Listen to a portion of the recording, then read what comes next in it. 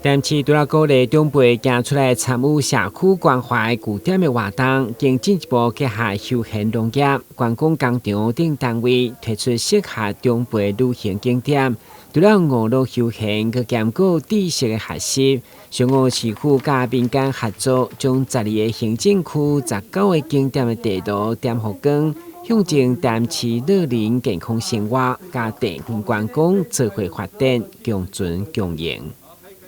请启动，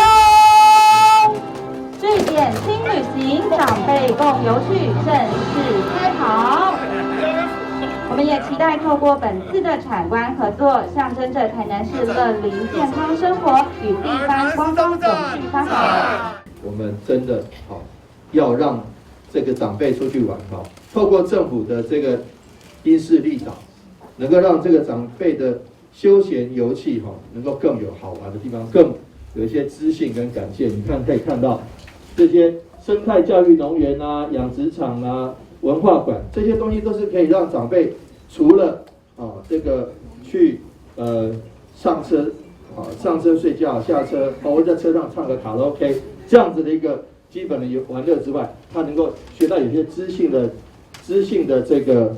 知识啊，或者是我们的观光工厂观光工厂有很多真的很好，除了好玩，里面又有一些知识性的部分。为了方便长辈了解相关景点甲行程，社区嘛特别印制文宣，同时提醒长辈到景点旅游搭配敬老卡，也可以当免费坐公车，而且公立景点有免门票，其实是半票优待。会用市长嘛推荐一些景点的特色美食甲伴手礼，希望伫旅游过后嘛甲亲朋好友分享台南的美好，欢迎小招报名，互生活更加精彩丰富。台南新闻管制何秋邦采访报道。